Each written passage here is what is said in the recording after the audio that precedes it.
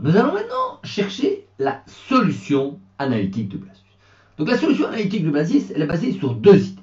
Tout d'abord, que nous avons des profils de vitesse semblables sur toutes les hauteurs. Ça veut dire que quand on prend une hauteur quelconque, par exemple ici, voilà,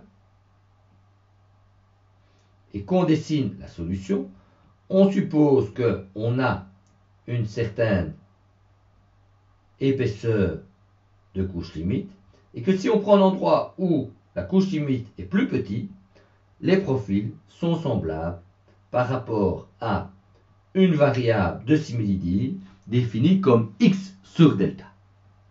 Alors, on ne va pas prendre exactement la définition de delta, on va rajouter un petit facteur 2. C'est une fioriture que je qualifie d'historico-folklorique qu'on va faire pour simplifier l'algèbre. Bon, simplifier l'algèbre, il faudra voir si on prouve vraiment que ça simplifie l'algèbre.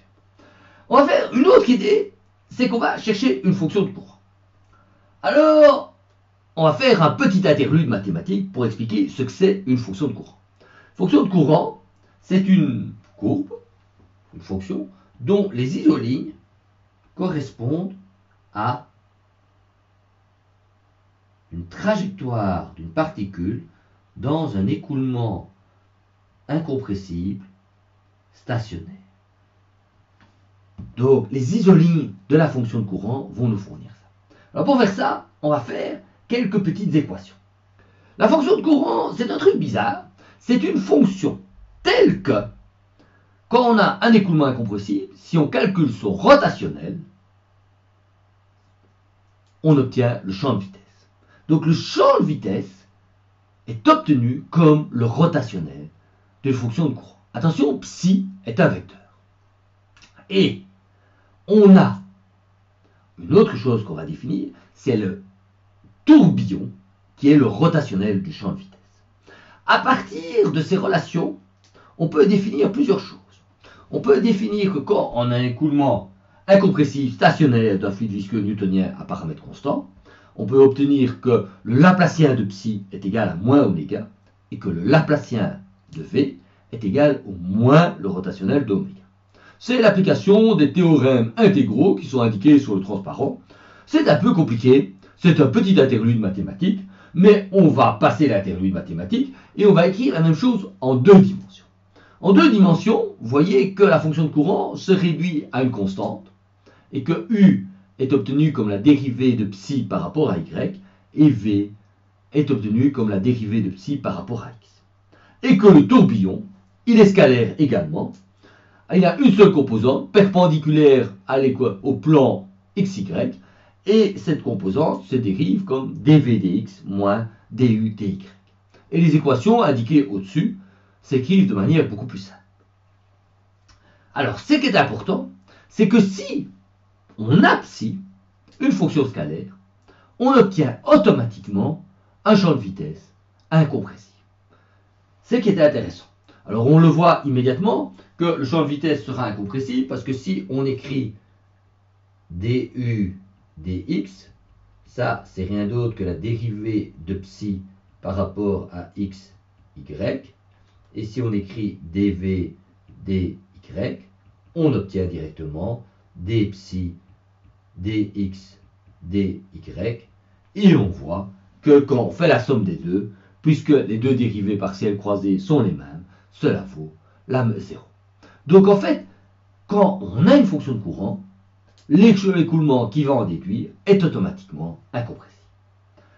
Alors on peut faire des petites écritures sympathiques pour les écoulements incompressibles stationnaires rampants. Vous voyez, là j'ai mis grade de P est égal à mu Laplacien de V. En appliquant les théorèmes intégraux, on peut montrer qu'on obtient que le Laplacien d'oméga vaut 0, que le Laplacien de P est égal à 0, et cela fait des belles relations mathématiques.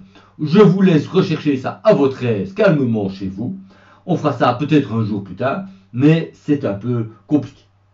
Par contre, pour revenir à notre problème de Blasius, on peut écrire la fonction de courant comme il est indiqué là-dessus. Donc, on a une idée, ou plus exactement, Blasius a une idée, c'est d'écrire la fonction de courant comme moins V, delta de y, l'épaisseur de la couche humide, une fonction f qui ne dépend que de la variable similitude. Et on a introduit la variable de similitude comme x sur delta de y. Et on va voir qu'avec ce choix de fonction de courant et ce choix de état, il est possible de trouver une fonction f indépendante de x et de y, et donc qui est uniquement en fonction de état. Évidemment, cela paraît un peu magique. Il a fallu beaucoup de temps à Blasius, il a travaillé par essai-erreur pour trouver sa fonction psi. Mais vous allez voir, ça va marcher comme une lettre à la poste. On prend le psi tel qu'on l'a fourni. On prend le état et on fait un peu d'algèbre. On calcule systématiquement U en prenant des psi, des y. On applique la chain rule et on obtient une fonction qui fait intervenir delta, état, f' et f. On fait la même chose avec v. On fait la même chose avec les dérivées de v par rapport à y, de v par rapport à x, et la dérivée seconde de v par rapport à x carré. Et on obtient tous les termes qui apparaissent dans la dernière équation qu'on n'a pas satisfait, l'équation de la quantité de mouvement de Prandtl. Et quand on met tous les termes tels qu'on l'a obtenus, on remarque au miracle qu'on a une simplification et qu'il nous reste qu'une équation différentielle ordinaire qui ne lit que f.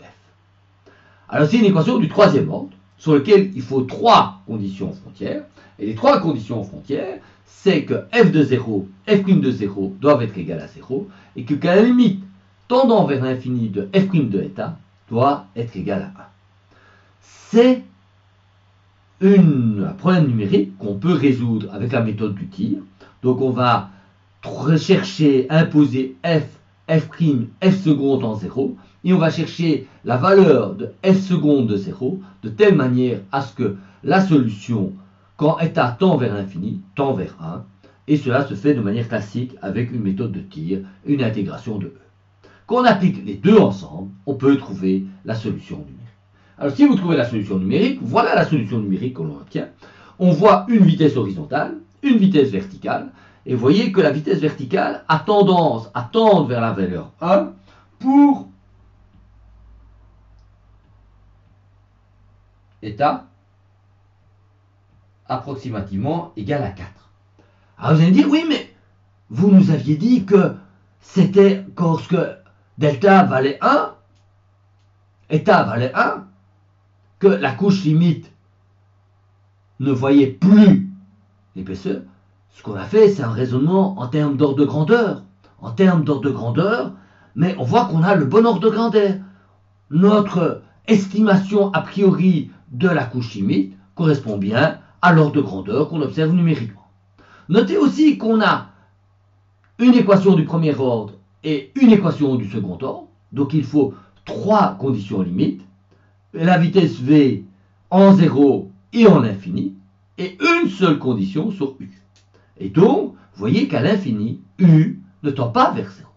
C'est logique, parce que la composante u, c'est la composante qui consiste à agrandir, qui peut être interprétée comme l'augmentation progressive de la couche timide quand on avance dans la direction verticale. Alors, le changement de variable légèrement folklorique, ça permet d'avoir une équation de Blasius un peu plus jolie. Et il nous restera après à calculer ce qui est vraiment ce qu'on voulait connaître avec le problème de la couche humide, c'est-à-dire le frottement à la paroi. Et donc on peut calculer la traînée à la paroi en intégrant de 0 à x tau wall. Alors ici vous remarquez que je me suis mis sur le plan horizontal. On peut faire un peu d'algèbre et trouver le coefficient de frottement et le coefficient de frottement moyen. Tau wall en a une coordonnée x et CF moyen, la traînée intégrée sur un coefficient multiplié par une distance, un rho u carré x sur 2. Et ces deux valeurs sont exprimées en termes du nombre de Reynolds, avec des chiffres qui correspondent à la solution numérique qu'on a trouvée. Ce sont les coefficients de frottement Locker et Globaux. Alors évidemment, la couche humide, on peut la définir de plein de manières. On peut la définir telle qu'on l'a calculée en termes d'ordre de grandeur, Mais on peut aussi calculer la couche limite en regardant la solution quand elle vaut 90, 95, 99,9% du profil final à l'infini. Et vous voyez qu'on peut calculer ces valeurs en fonction d'une ordre de Reynolds. Notez les petits radicaux 2 qui sont liés au changement de variable un peu particulier. Alors on va encore calculer quelques couches limites un peu particulières, mais ce sera pour le prochain épisode.